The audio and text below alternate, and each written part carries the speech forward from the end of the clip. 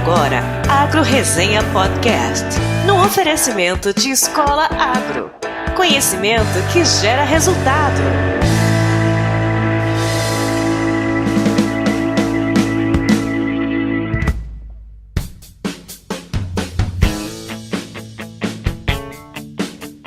Olá pessoal, aqui quem fala é o Paulo Ozaki, seja bem-vindo ou bem-vinda a mais um episódio do Agro Resenha. Como você sabe, a porteira desse podcast não tem tramela para quem busca se informar sobre assuntos ligados ao agronegócio.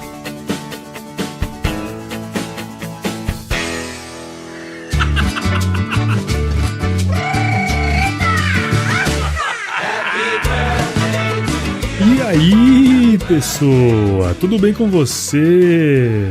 Finalmente está começando o episódio de aniversário de um ano desse podcast, que é o primeiro podcast do agronegócio brasileiro. Bom, até onde eu sei, pelo menos, né? Como vocês podem ver aí, esse é o 52º episódio e até o dia dessa gravação já passaram por aqui exatamente 40 convidados diferentes, cara. Sem contar a festa lá da Coração, que eu conversei ali com mais de 20 pessoas, nem me lembro mais. Só por curiosidade, eu peguei todos os episódios e coloquei numa planilhinha lá de Excel e tal, que eu aprendi lá com o botão. E contando todos os 51 episódios anteriores a esse aqui, foram gerados o equivalente a 22 horas, 46 minutos e 40 segundos de podcast. Um montante aí que eu considero grande pra caramba, pensando que o trabalho todo foi feito aí pela minha equipe. Sim, só eu sei quantas horas que passei debruçado aqui em frente ao PC aprendendo a editar um áudio, cara. Foi foda. Mas seria muito egoísmo meu dizer que fiz isso tudo sozinho, né? De forma alguma. Eu tive a ajuda de uma infinidade de gente, fora toda a galera que participou aqui diretamente, como eu falei. A principal de todas foi minha esposa, que nos momentos mais difíceis me encorajou a não desistir e entendeu desde o início, né, minha vontade de botar pra rodar esse trem aqui. Minha família também foi muito importante em todo esse processo, dando aquele apoio moral, né, que é super importante. E além de todos eles, meu grande amigo Ângelo Zelame, que sempre tá aqui comigo nos episódios de Mitos e Verdades do Agronegócio e Glossário de Termos do Agronegócio. Ele me deu aquele empurrãozinho lá, me fazendo assinar aquele contrato de gaveta. E pra quem não tá ligado nessa história aí, volte lá e escute o episódio número 15. E por fim, meu principal agradecimento vai diretamente pra você. Por sua causa, meu amigo ou amiga. Neste um ano, nós tivemos nada mais, nada menos do que 25 mil downloads, cara.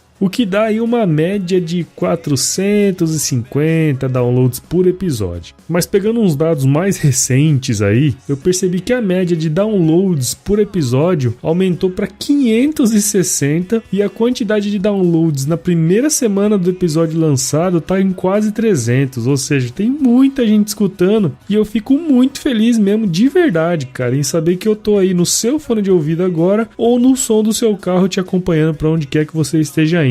Muito obrigado mesmo, vocês são foda. E agora, realmente, para finalizar, eu quero agradecer a todos os padrinhos e madrinhas do Agro Resenha em nome do meu irmão Otto Ozaki, que começou a apoiar o podcast essa semana. Muito obrigado, brother. É muito massa saber que você, mesmo morando em São Paulo e não tendo o agro como atividade, gosta do trabalho que a gente faz aqui. Muito obrigado, valeu. E se você gosta do projeto e acha que vale a pena investir o preço de uma cerveja litrão por mês para que o podcast continue gerando conteúdo, acesse www.padrim.com.br/agroresenha tudo junto e se torne um parceiro AgroResenha.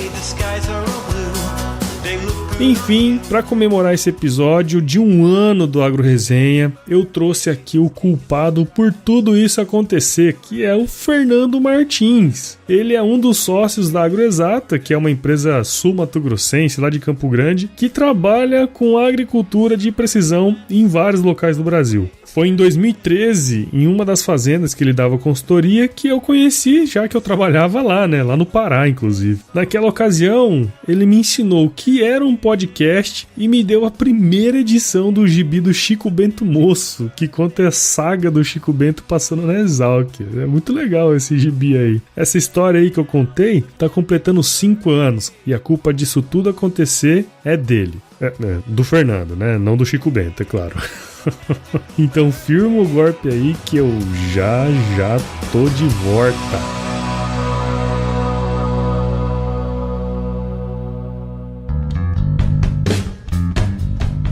Então, pessoal, tô aqui de volta com nada mais, nada menos que a pessoa que me ensinou que era um podcast. Nada mais justo que trazer aqui no episódio comemorativo de 1 ano aquele que me acendeu a chama podcastal, que é o Fernando Martins, também conhecido como Dindim lá na Exalc. Conheci o Dindim quando eu trabalhava numa fazenda lá no Pará, na qual ele era consultor da área de agricultura de precisão, que não sei se era tão precisa assim lá, mas tudo bem, né? O Fernando é engenheiro agrônomo lá pela Exalc e ele é sócio da Agroexata, cujo trabalho, obviamente, é focado em agricultura de precisão. Fernando, muito obrigado por participar aqui com a gente e seja bem-vindo ao Agro Resenha Podcast. Eu que agradeço o convite, Bichon. Tô bem satisfeito de estar aqui. Não sei se lembra, mas o dia que eu fiquei sabendo que você lançou o Agro Resenha, eu fiz questão de te ligar para te dar os parabéns. Eu lembro. Fiquei e estou orgulhoso de você por tocar essa iniciativa aí. Lá na escola tem o bicho doutor, né? O doutor tem a obrigação de ser competente, de ser bom, de ser o cara. E bicho é sempre bicho. Quando eu vejo que um bicho faz algo bonito, eu faço questão de ir lá dar a mão pra ele, porque... É bom. Não, você tem razão. Virou gente. Parabéns pela iniciativa. Tem pouquíssimos podcasts sobre agronegócio no Brasil. O seu tá ativo, funcionando, tá produzindo, então mantenha essa chama acesa aí. Então, assim, pra gente começar a conversa aqui, conta um pouco da sua história aí pra gente, Dindim. Eu sou paulistano, da minha turma de colégio, cursinho, primário, ginásio. Fui o único que fui pra roça, fui fazer agronomia, e às vezes eu me pego em situações que, quando eu ligo pro pessoal de São Paulo pra contar, eles acham que eu sou o Jeca Tatudo. Eu sou o diferentão quando eu vou pra captar. Mas eu fui fazer agronomia lá em Piracicaba, me identifiquei demais com o curso. Eu comecei o curso voltado pra gado de leite, que foi o que mais me chamou atenção no início pra escolher agronomia. Meu bisavô tirou muito leite no Vale do Paraíba, minha avó tinha uma fazenda em Taubaté e eu cresci indo pra lá. Meu pai sempre gostou de leite, filósofo de formação, mas sempre gostou da área rural.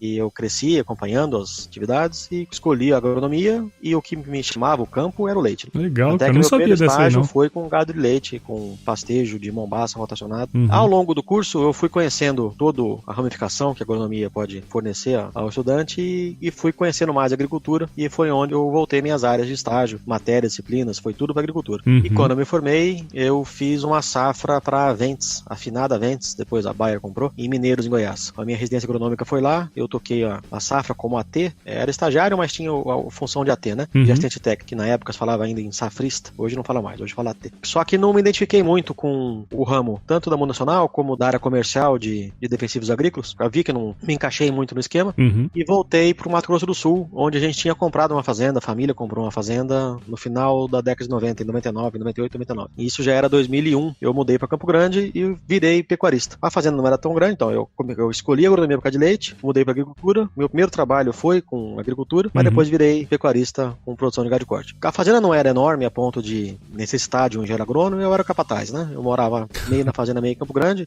comprava peça, ia buscar bezerro que fugia no vizinho, ia no leilão, então tinha uma vida voltada para esse meio, só que não tão desafiadora, porque é uma área pequena e a gente estava recém comprado a fazenda com pouco recurso. Ao mesmo tempo, o Del Baixa, Henrique, que hoje é meu sócio, ele tinha começado a Agroexata junto com o Cazuza, também do nosso ano. O Cazuza teve que sair por motivos pessoais e o Del Baixa ficou sozinho na Agroexata. E ele morava em Campo Grande, ele é nativo aqui de Campo Grande, e visitava ele lá na Agroexata, ele reclamando que estava com muito trabalho, mas não conseguia fazer nada, que ele que limpava o chão, fazia a amostragem, entregava o mapa, passava o café, ligava cobrando, né? Ele fazia tudo. O Equipe, né? Era uma empresa de um homem só na época, né? Depois eu acabei descobrindo que o Del Baixa é um péssimo vendedor, né? Bom técnico, é péssimo vendedor. Que bom que ele vai escutar, né? Ah, sim. Mas ele não sabe muito bem ouvir podcast, né? Então, mas eu vou fazer ele ouvir, com certeza. E ele tava sozinho na Agresata, e volta e meia eu viajava com ele, fui pra Mambai, um dia lá demarcar uma área, quebrar um calcário, sempre conversando sobre o assunto. Numa viagem pra Piracicaba, a gente indo pra churrasco, acho de República, cada um da sua, eu chorando a pitanga que eu tava subutilizado na fazenda, e ele reclamando que tava sobrecarregado na empresa, e meio que juntou a fome com a vontade de comer, né? Ele me convidou pra fazer algumas viagens mais pensando no trabalho, e daí eu fui olhando como é que funcionava a empresa. Acabou que eu comprei uma porcentagem, fiquei sócio dele. Com o aporte que eu fiz, a gente se estruturou com software, com mais ferramentas, começou a cogitar em contratar pessoas, e hoje nós somos em mais de 30 colaboradores. Já foi até um pouco maior, a gente reduziu um pouco o tamanho quando deu uma bala aí no negócio, mas a gente já se recuperou, e hoje estamos aí desde... o Delbaixa começou em 2000, eu entrei em 2002, 2003. Praticamente fundou junto, né? Fundaram, né? Praticamente. A fundação foi o Delbaixa e o Cazuza, né? Sim, o primeiro CNPJ era Delbaixa e B. Coimbra, que era o Delbaixa e o Cazuza. Condenado, o irmão do Delbaixa ficou sócio ainda na faculdade, para a empresa poder ter sociedade, né? Não ficar uma empresa de uma pessoa só. Ele trabalhou com a gente, depois de formado, por um período bem longo. Hoje ele é produtor rural, continua na ramo da consultoria também, mas é voltado mais como produtor rural. E o sócio que trabalha na empresa hoje sou eu, Delbaixa. E a gente já cresceu bastante, tanto em área de atuação, a gente começou no MS, focado no MS, e hoje atua Mato Grosso, Rondônia, Mato Grosso do Sul, que é a nossa casa, Rio Grande do Sul, onde a gente tem um outro CNPJ, que é outra empresa, a Agresata Sul. Em Goiás, a gente tem a Agresata Goiás, que também é um outro CNPJ, com outras pessoas envolvidas. Legal. Seguindo o mesmo protocolo daqui, né? Sim. Só que já com outras pessoas, mas sempre eu e o Delbaixa junto. Puta história bacana, hein, meu? No começo, a primeira empresa de AP a fazer AP no Brasil foi a Bung. Mas era o lobo cuidando do cordeiro, né? É lógico. Era uma multinacional que fornecia fertilizante e que fazia todo o processo. Sim. A primeira empresa independente foi a Insolo, em Carambeí, no Paraná, do Mihalo. O Mihalo era sócio, né? Era um dos sócios, o Rodrigo Rodrigues. E a primeira empresa do Centro-Oeste, a segunda do Brasil, a trabalhar de forma independente, sem vínculo nenhum com nenhuma multinacional, foi a Agresata. Que massa. O cliente número 1 da Agresata foi a própria Insolo, que eles não tinham quadriciclo, e o primeiro quadriciclo de empresa pequena, né? De empresa começando, foi o nosso, importado. E a gente fez a mostragem para a Insolo, eles quarteirizaram a coleta com a gente. E de lá para cá, a Insolo saiu da atividade, ela existe ainda, eu não entendo muito bem como é que ela existe hoje, mas acho que tem sócios, antigos sócios que continuam com a consultoria, mas não é mais um trabalho de AP que eles tinham antes. Então a empresa em atividade mais antiga hoje é a Agresata. Tem outras aí que tem no mercado também, mas hoje a gente tem esse título aí da mais antiga no mercado. Vocês estão de parabéns, tem história, né, que é importante, e com certeza tem muito ainda para ir para frente, né? E entrando especificamente aí nesse assunto, né, de agricultura de precisão, a gente escuta falar bastante sobre isso e tal, mas eu imagino que você já deve ter escutado muita baboseira por aí sobre isso, né? Sim. Então assim... Vou escutar muito ainda. Com certeza. E cara, se você pudesse explicar assim, de forma bem simples, né? Como que você definiria então a agricultura de precisão? Eu posso fazer mais do que isso, do que falar de forma simples. Eu posso falar a forma oficial. Tá certo. Mas é oficial mesmo, oficial brasileira. Existe o Comitê da Agricultura de Precisão, formado pelo Ministério da Agricultura, que eu fiz parte da fundação dele, tinha 2 membros de cada setor: indústria, pesquisa, fabricante, ensino, serviço. Eu e o Alan, lá da Dracar, no Rio Grande do Sul, nós somos os membros representando as empresas prestadoras de serviço, que era a comissão, virou comitê e foi evoluindo. Em 2016, a gente soltou a definição oficial do que é agricultura de precisão. Eu vou ler para você agora aqui. Então, o conceito oficial é: a agricultura de precisão é um sistema de gerenciamento agrícola baseado na variação espacial e temporal da unidade produtiva e visa o aumento de retorno econômico, a sustentabilidade e a minimização do efeito ao ambiente. Então, a essa é a definição. É você gerenciar a variação espacial. Então, dentro do talhão, o lado leste é diferente do oeste, o sul é do norte, então tem a variação espacial. Existe a variação temporal de um ano para o outro, né? Então, a mancha que era fraca no ano não necessariamente vai ser a mesma fraca no ano seguinte. E o intuito de usar AP não é nem gerar economia e nem produzir mais. É o aumento do retorno econômico. Seja gastando menos, seja colhendo mais. Produzir de forma sustentável, porque a gente usa recursos não renováveis, né? Calcário, fósforo, potássio, tudo isso é não renovável. Então aí tá a parte da sustentabilidade. E minimizar o efeito ambiente é você não aplicar nitrogênio demais, fósforo demais. Não perder, né? Não colocar minerais em excesso num lugar que não precisa.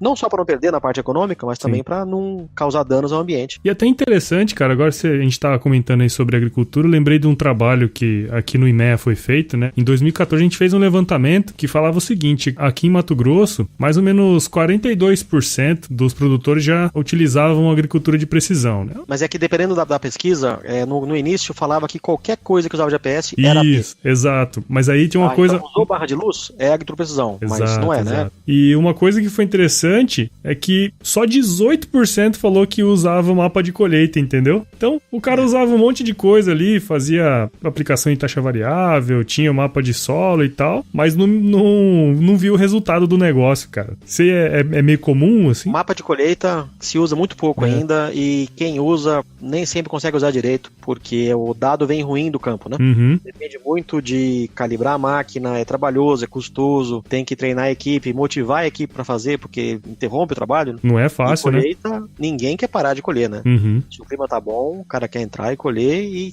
a gente entende esse lado. Sim. Tá aumentando. As máquinas saem de fábrica já com a ferramenta, mas na falta do mapa de colheita, tem uma ferramenta muito boa e muito acessível, que é a imagem satélite, né? Uhum. Ela não é a cópia cuspida descarrada da colheita, mas se aproxima muito, ainda mais gramínea. Então, no milho é bem correlato a imagem NDVI do satélite, ou de um drone que seja, e o mapa de colheita. Ah, legal. Então dá pra substituir em parte isso aí, né? Com muitas aspas, tá? Uhum. É por isso mesmo. Muitas aspas. Bem em parte, ainda né? mais, na gramínea, mais fácil. Leguminosa, complica um pouco mais. Entendi. Porque uma área que a soja viçou muito, que tem uma CTC muito alta, matéria orgânica alta, e ela viça mais, não necessariamente reflete em produtividade. Entendi. Só que vai acusar numa imagem DVI, que é uma área com mais vigor e mais biomassa. Ah, tá certo. Então, na leguminosa, isso não acontece. Muita gente hoje tá falando, escutando falar de agricultura de precisão, mas é legal botar esses conceitos, né? Até pra galera que tá escutando aí não ficar saindo falando borracha.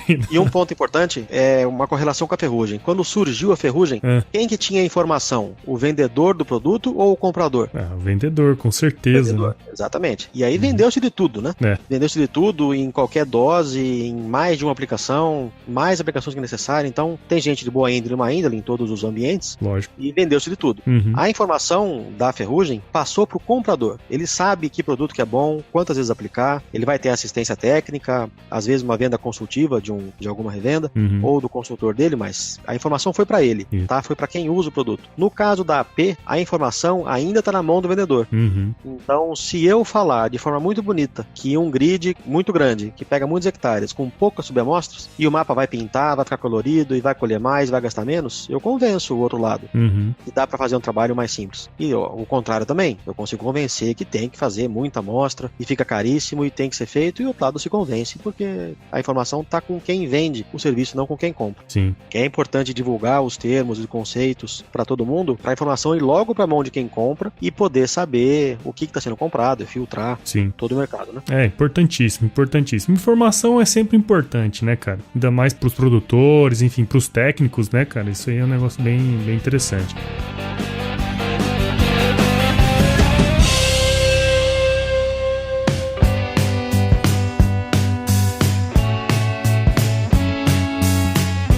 Mas, Dindim, quero mudar um pouco o rumo dessa prosa aqui, porque a gente falou muito de técnica já, né? Depois a gente pode fazer um outro podcast só para falar de agricultura de precisão, né? Os cases aí que você já fez, né? Já tá contaminado, né? São cases. Cases. Você não vai querer fazer o start inicial também, né? O start inicial é foda, hein? Não, é foda.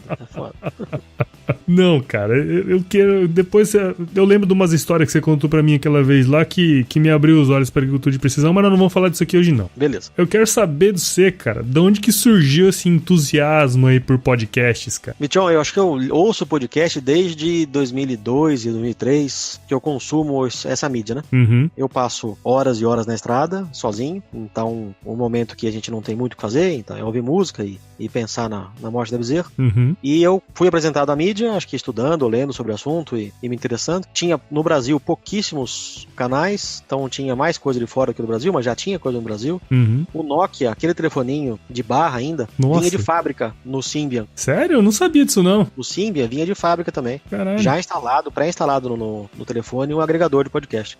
E a CBN tinha, o Nerdcast, que é um famoso, também já tinha também. Sim. A CBN no Brasil é um dos pioneiros também, junto com o Jovem Nerd lá, que é aquele canal de assuntos genéricos, mais nerds. Uhum. E eu sempre ouvi, e pra mim sempre foi um baita companheiro, né? Sim. Então, quando eu escutei o episódio que vocês falaram lá da Coração de Mãe, dos 40 anos, eu conversava com vocês. Porque vocês falavam bobagem e eu interagia. Né? Ninguém Lógico.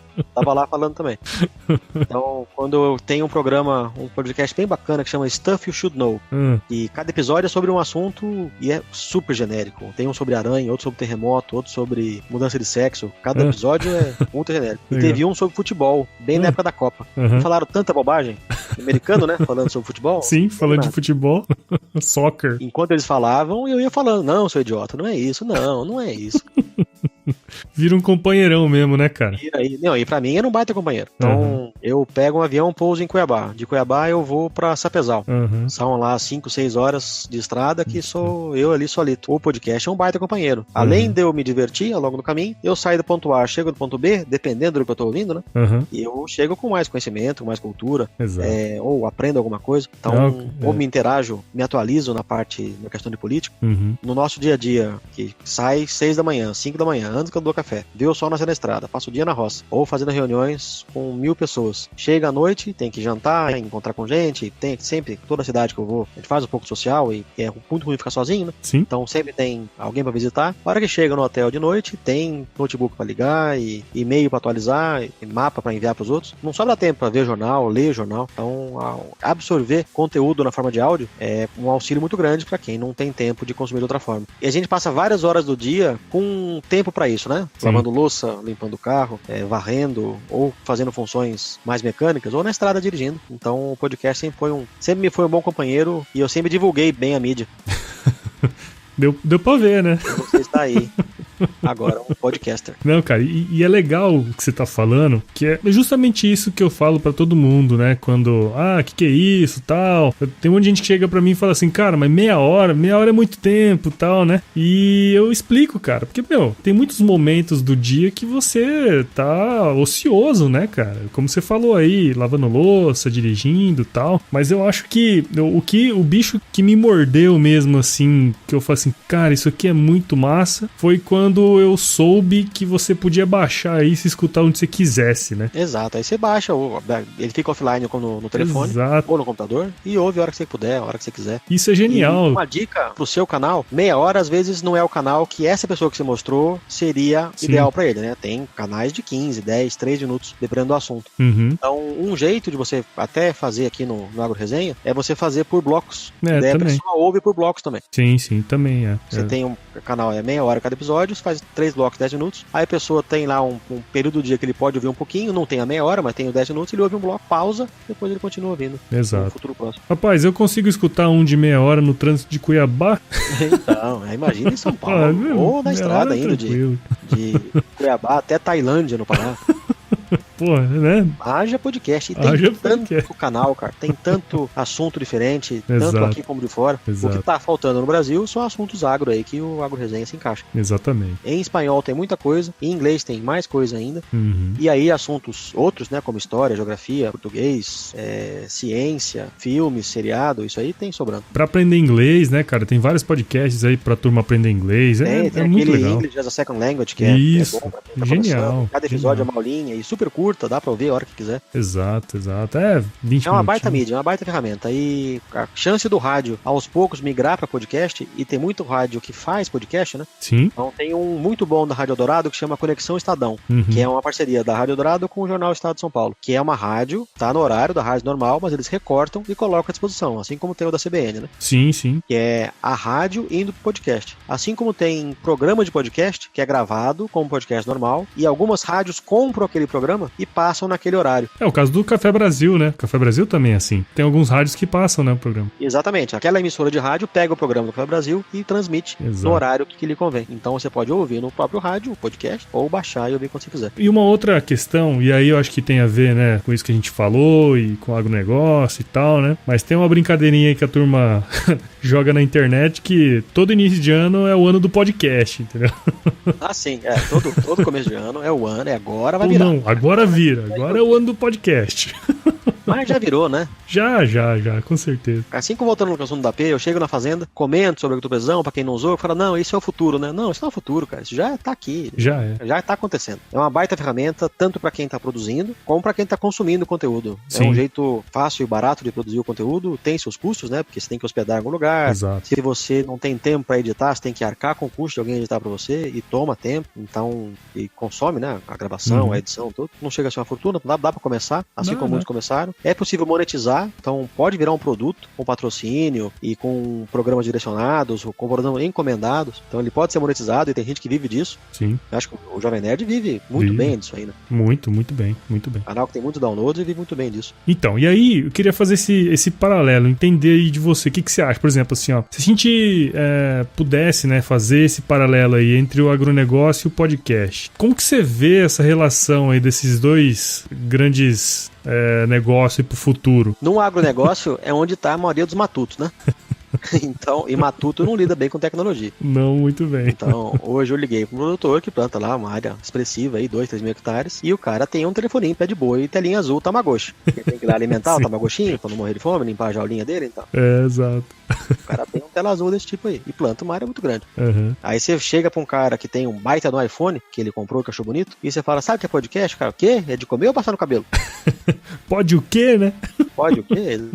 E vem de fábrica no iPhone, já tá lá instalado. Exato. E o cara nunca viu, nunca reparou. Então, o que eu acho que vai demorar um pouco mais pra essa mídia crescer no agronegócio, porque o consumidor não tá ainda pronto pra ouvir tecnologia. E é um meio que todo lugar que eu vou, ninguém conhece podcast e eu divulgo, né? Eu comento o que é. Sim. Mas quando eu vou em outros meios, né? Vou falar com advogado, com médico, com gente de outras áreas, eu vejo que já sabe mais o que é o assunto. Bem mais do que alguém do agro. Então, tem esse entrave aí com o uso de outras mídias, né? Outro tipo de tecnologia. Sim. Envolve também interesse, né? Interesse em mais de um assunto. Tanto é que quando eu vou falar aqui no podcast, explico, e a pessoa, a primeira coisa que ela quer é algo do agronegócio. E daí eu falando, pô, a gente vive nisso aqui o tempo todo, né? Escuta algo diferente pra iniciar, pra pegar gosto, né? Sim. Vive na fazenda, só fala disso, só fala de soja, então vamos escutar algo sobre história, por exemplo, que é algo interessante. Quer dizer, se aquilo foi interessante pra aquela pessoa, cara, né? Exato. Tem assuntos 1000 que com certeza algo interessa a ele. Daí o cara inicia, começa a ouvir a tecnologia, gostou, aí depois vão lá buscar algo mais específico.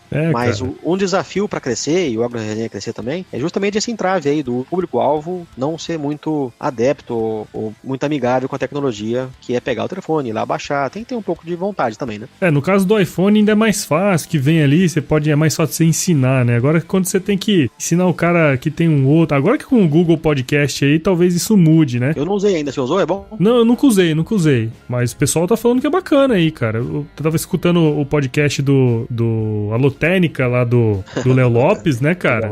E ele tava comentando sobre isso, porque tem alguns podcasts que a quantidade de downloads através do Google Podcasts em 3 meses, 2 meses, não sei, já é expressivo, cara. E, sem dúvidas, é o sistema operacional que é mais usado no mundo inteiro, que é o Android, né? Ah, sim. Agora, vindo de fábrica, eu tendo ele já pré-instalado, isso vai ajudar muito. Com certeza. Sabe o Papo de Gordo? Sim.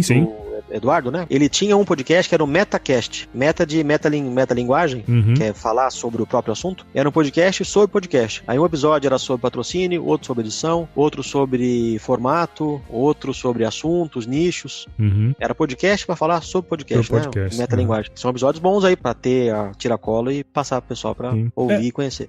Cara, muito bom, muito bom mesmo. Eu faço parte de um grupo que chama GAIAC, Global Alliance of Independent Agricultural Consultants. A Aliança Global de Consultores Agrícolas Independentes. É um grupo bacana, tem o nosso atual, eu sou da diretoria, tem diretor do Canadá, Estados Unidos, França, Austrália, a gente tem vice-presidente americano, o atual presidente é inglês, o atual ex-presidente é da Tasmânia, e tem membros na Dinamarca, na Escócia, a gente tá buscando mais gente Brasil afora, tem mais um brasileiro que é o Reinaldo, lá da Olambra, de São Paulo, e é um grupo bem bacana, a gente troca informação, fica sabendo sobre problemas climáticos do mundo afora de forma bem rápida, né, A pessoa que tá lá com a bota no chão. Lógico. E eu gravei o piloto do GaiaCast, só que eu tava com o microfone muito ruim, agora eu tô com mais profissional aqui, mas tava com muito ruim, meu áudio ficou ruim, mas já deu pra pegar um pouco de gosto. Eu que editei, eu gravei o piloto, agora piloto oficial mesmo, por enquanto tá circulando só entre a gente, pra se a turma gostar e pegar gosto, vamos começar a fazer um episódio aí bimestral, talvez. Legal. Sempre entrevistando um membro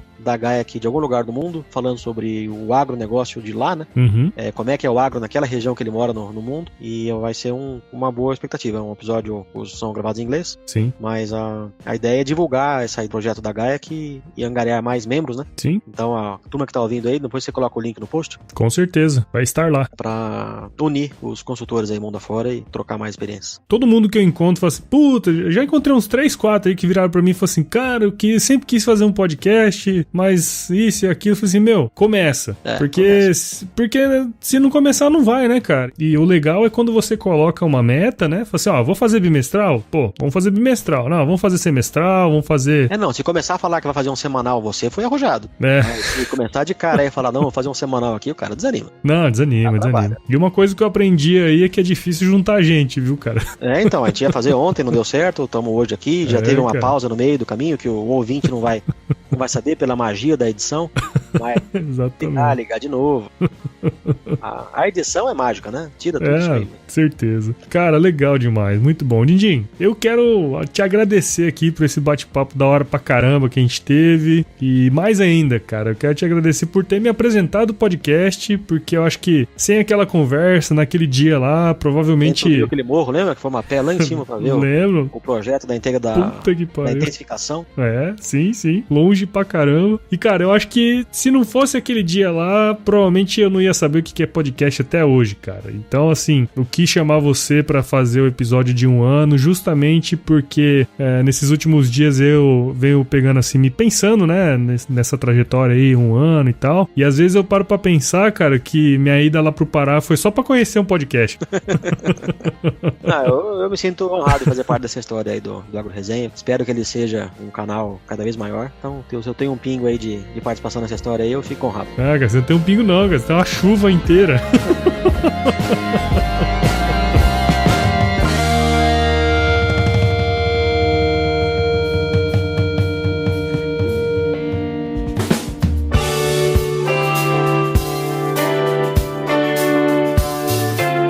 Eu não sei se é um cara muito aí ligado em mídias sociais e tal, pelo que eu procurei aí, não muito, né? Não sou muito.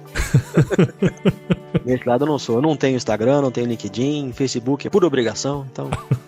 Não sou muito não. Mas se alguém quiser saber mais sobre o seu trabalho e quiser aí trocar uma ideia contigo, cara, como que a galera aqui do Agro Resenha pode fazer? Cara, o site da AgroExata, que nós como divulgadores de mídia somos ótimos consultores, né? Então o nosso site tá mais fora do ar que no ar, então encontrar a gente pela internet é muito difícil. Vai encontrar, a gente tem a página no Facebook da AgroExata, a gente tem a página do PREA. Sabe o que é o PREA? É o Programa de Estágio da AgroExata. De Estágio da AgroExata, Já tá com 60 estagiários por ano. Poxa, sério, cara? A meta é chegar em 150. Tem mais PREA que gente, né? Mais estagiário que gente.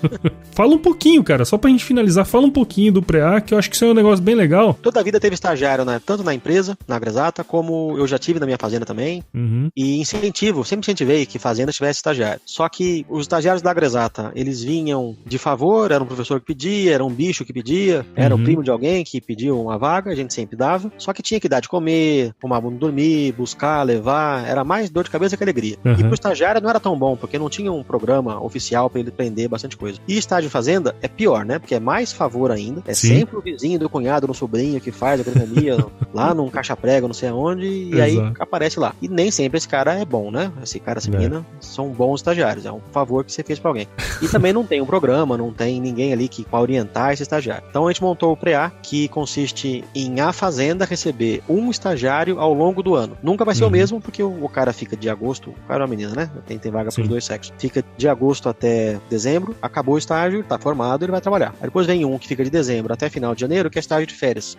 Continuando o trabalho de quem começou antes. Depois vem um, final de janeiro, começo de fevereiro, que fica até final de junho. Então, deu do ano agrícola, de finalzinho de julho a começo de agosto, até final de junho, começo de julho, eu vou ter um PREA na fazenda, um trocando com o outro, vai ter um PREA na fazenda, fazendo as funções do estagiário. E vai desde algo braçal, de ajudar no dia a dia, varrer, montar cerca, pintar as coisas, e até a parte mais agronômica, que é participar das decisões e monitoramento de pragas, qualidade de plantio, TS, montar experimentos. Então, eles aprendem bastante coisa. É trabalhoso, que para selecionar 60 tem que entrevistar muita gente. Sim. A AgroExata já contratou alguns, e o Fábio, que foi nosso PREA, ele é o atual chefe do PREA, ele está na AgroExata hoje, uma das funções dele é cuidar do PREA, com entrevista. A gente tem duas pessoas voltadas para o assunto, que é o Fábio e a Miriam.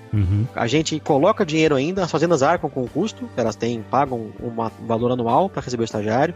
Esse dinheiro eu pago bolsa para eles, deslocamento, do uniforme, faço todos os seguros possíveis, dá kit de trabalho e ferramenta de trabalho, uniforme para eles trabalhar, EPI e tudo mais. Só que a AgroExata coloca dinheiro ainda no projeto. Quando a gente empatar e virar a curva, começar a sobrar, a ideia é ou devolver para as fazendas, porque a gente não tem o intuito que isso seja algo lucrativo, ou a gente devolve em forma de rebates, que é dinheiro deles, né? Ou então a gente reinveste no programa, mas isso em comum acordo com as fazendas que fazem parte do programa do estágio. Legal demais. É trabalhoso, mas é muito gratificante ver essa molecada aprender, arrumar emprego, seja na fazenda, comigo, no concorrente, com você aí, onde eles for trabalhar, pra gente, a gente fica satisfeito. E o trocadilho é genial, né? PREA. Ah, não, é de propósito, né? Porque você não decora o nome. Já passou quantos? Sei lá, mais de 100. Eu não sei o nome da maioria. PREA, chama PREA, eles respondem. E atento PREA no rádio, e opa, PREA na escuta. E vai. Sai um PREA, vem outro, e é o PREA. Isso aí E eu acho legal esse projeto, porque, como eu falei, né? A gente tem vários ouvintes aí que são alunos de agronomia. De repente, não tava pensando nisso, mas, pô, né? Escutou aqui. Quem tiver interesse em participar da seleção, é mandar um e-mail para prea@agroexata.com.br. Basta mandar esse e-mail, que daí vai ser desencadeado todo o processo para ele tirar suas dúvidas e participar do processo seletivo. Tem a página do PREA no Facebook, que acho que é fácil procurar lá, PREA AgroExata vai encontrar. A AgroExata tem o site também, mas... Eu fui entrar lá hoje, não deu certo. Viu? Vai se aventurar lá e nem sempre vai encontrar alguma coisa. Para me acessar, tem o e-mail, né? O nome é Fernando Martins, então fernando.martins@agroexata.com.br. Show. E acessa fácil. Maravilha. Vai estar tudo na descrição do episódio aí, viu? E, cara, pra gente finalizar então, a frasezinha que pegou, tá? Qual que é a frase que pegou, bicho? Se chover, não precisa molhar a horta. É isso aí.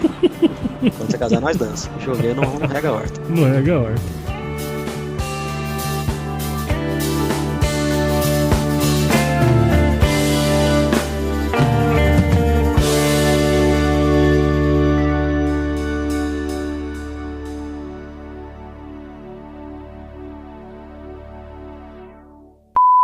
Ligou um alarme aqui. Você quer manter? Não, pode mandar bala. Não tá pegando som aí? Tá, mas não tem problema não. Pega o rei. Tem não? O cara se vira. Ele se vira. Combinado. Bom demais, cara. Ah, vai ficar top esse episódio aqui, mano. Muito bom, Prudêncio. Gostei de participar. Ficou show, cara. Muito bom, muito bom. E entendeu desde o início, né, que minha vontade... O meu querido ouvinte. Por sua cara... cara. Mas pegando uns dados mais recentes aí, acesse www.padrim.com.br/agroresenha tudo junto e se torne um Mais um produto com a edição do Senhor A.